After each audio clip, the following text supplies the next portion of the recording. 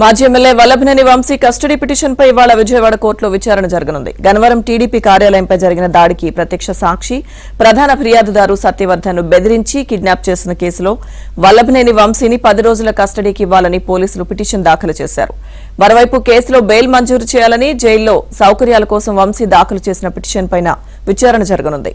ఇక ఇవాళ వంశీని కలిసేందుకు వైఎస్ జగన్ విజయవాడ జైలుకు వెళ్లనున్నారు.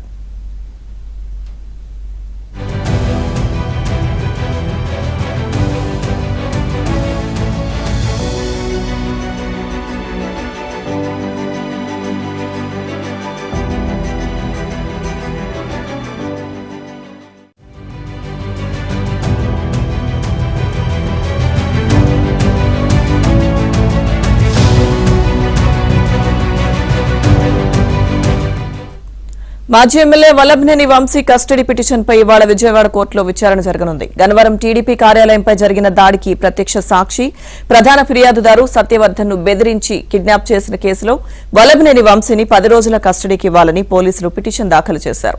మరోవైపు కేసులో బెయిల్ మంజూరు చేయాలని జైల్లో సౌకర్యాల కోసం వంశీ దాఖలు చేసిన పిటిషన్ పైన విచారణ జరగనుంది. ఇక ఇవాళ వంశీని కలిసేందుకు వైఎస్ జగన్ విజయవాడ జైలుకు వెళ్లనున్నారు. పూర్తి అప్డేట్స్ మా ప్రతినిధి ప్రసాద్ లైవ్ లో అందిస్తారు. ప్రసాద్, లక్ష్మీదుర్గ మాజీ ఎమ్మెల్యే వైసీపీ నేత వల్లభనేని కేసుకు సంబంధించి కీలక పరిణామాలు చోటు చేసుకుంటున్నాయి. ఎందుకంటే గతంలో వైసీపీ అధికారంలో ఉన్న సమయంలో గన్నవరం తెలుగుదేశం పార్టీ కార్యాలయంలో జరిగిన విధ్వంసం, దానికి వెనకుండి నడిపించిన వల్లభనేని వంశీకి సంబంధించిన తతంగం మొత్తం కూడా ప్రజలందరూ చూశారు. అయితే ఆ సమయంలో కేసులు నమోదు చేయకుండా ఇష్టానుసారంగా వ్యవహరించిన వైనం కూడా చూసాం. అయితే అప్పుడు కార్యాలయంలో ప్రత్యక్ష సాక్షి ఉన్న సత్యవర్ధన్ ఇచ్చిన ఫిర్యాదు మేరకు పోలీసులు కేసు నమోదు చేసినప్పటికీ కూడా ఆ పూర్తిస్థాయిలో చర్యలు తీసుకోలేపారు. కూటమి ప్రభుత్వం అధికారం వచ్చిన తర్వాత పూర్తిస్థాయిలో దర్యాప్తు చేసిన అధికారులు దాదాపు 70 మందిపై కేసులు నమోదు చేశారు. అందులో కొంతమందిని అరెస్ట్ చేయడం కూడా జరిగింది. అది ఈ పరిణామాల నేపథ్యంలో ఈ 70 మందిలో ఒక నిందితుడిగా ఉన్న వల్లభనేని వంశీ ఈ కేసు నుంచి తప్పించుకునేందుకు సత్యవర్ధన్ను కిడ్నాప్ చేయించడంతో పాటు బెదిరించిన వైనంపై కూడా పోలీసులు తీవ్రంగా స్పందించారు. సాక్ష్యాలను తారుమారు చేసే విధంగా వ్యవహరించిన ఆ తీరుపై కూడా తీవ్ర ఆక్షేపణ వ్యక్తం చేశారు. ఈ పరిణామాల నేపథ్యంలో ప్రత్యేకంగా సత్యవర్ధన్ను అలాగే అతని కుటుంబ సభ్యుల నుంచి కూడా ఫిర్యాదు కూడా తీసుకొని అన్ని ఆధారాలు సేకరించిన తర్వాత ఇటీవల హైదరాబాద్లో వల్లభనేని వంశీని అరెస్ట్ చేయడం కూడా జరిగింది. ఆయన్ని ప్రస్తుతం రిమాండ్ ఖైదీగా విజయవాడ జైల్లో కూడా ఉన్నారు.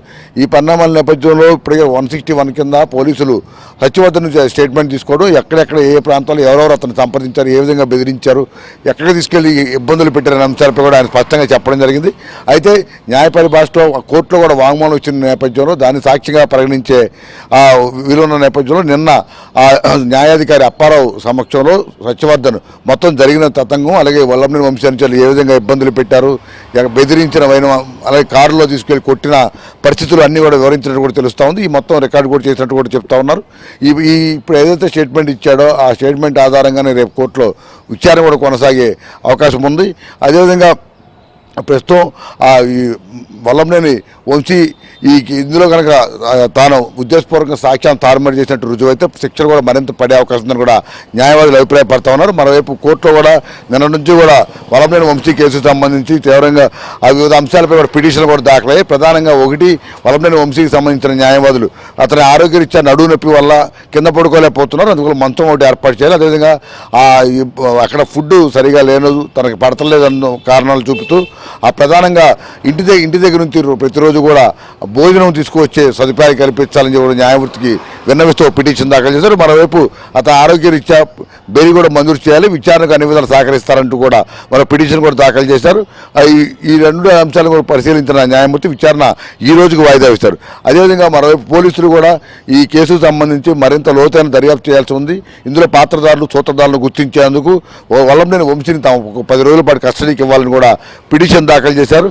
ఈ పిటిషన్ పరిశీలించి వంశీని తమ కస్టడీకి ఇవ్వాలని కూడా విజ్ఞప్తి చేశారు. తద్వారా ఎందుకంటే కిడ్నాప్కు సంబంధించి ఎందుకంటే న్యాయ వ్యవస్థలో తప్పు చేయటం కన్నా కూడా సాక్ష్యాలను తారుమారు చేయడం పెద్ద నేరంగా పరిగణిస్తారు. అందువల్ల ఇప్పుడు వల్లభనేని వంశీతో పాటు మరి కొంతమంది అనుచరులు అతను ఉద్దేశపూర్వకంగానే మొత్తం సత్యవర్ధన్ ఇబ్బందులు పెట్టడం, సాక్ష్యాలను తారుమారు చేసి అతను గతంలో ఇతర ఫిర్యాదులకి వ్యతిరేకంగా మళ్ళీ అది ఎటువంటి తప్పు జరగలేదన్న విధంగా చేసిన విధంగా కూడా ఈ మొత్తం వ్యవహారాన్ని కూడా నడిచినట్టు కూడా చెప్తా ఉన్నారు. ఈ పరిణామాల నేపథ్యంలో ఈ 2 పిటిషన్లపై ఈరోజు విచారణ సాగనుంది. మరి కొద్దిసేపట్లో ప్రస్తుతం జైల్లో ఉన్న వల్లభనేని వంశీని జగన్మోహన్ రెడ్డి కలిసేందుకు కూడా రాబోతున్నారు.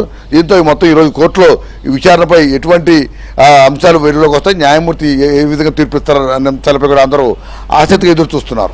Moto Hyderabad studio.